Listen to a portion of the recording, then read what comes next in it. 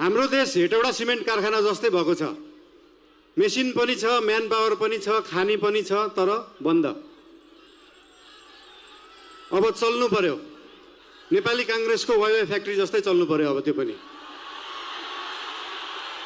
पुरै देशभरि चल्नु पर्यो, 100 वटा भन्दा देशमा जानु पर्यो। त्यसरी देशका उद्योग कल कारखानाहरूलाई चलाउने पार्टी बन्न चाहन्छ। अब यहाँ आइयो, तपाईहरुलाई भेटियो, धेरै खुसी लाग्यो।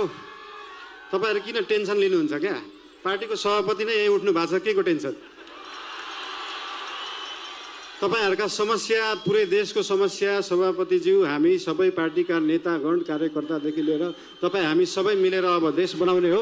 र आज यो हाम्रो सभामा तपाईहरुलाई भेटेर ज्यादै खुसी लागेको कुरा तपाईहरुले पनि भनिसक्नु भएको छ। धेरै बोल्न चाहिन। धेरै धेरै माया। तपाईहरुको जय होस्, देशको सही होस्।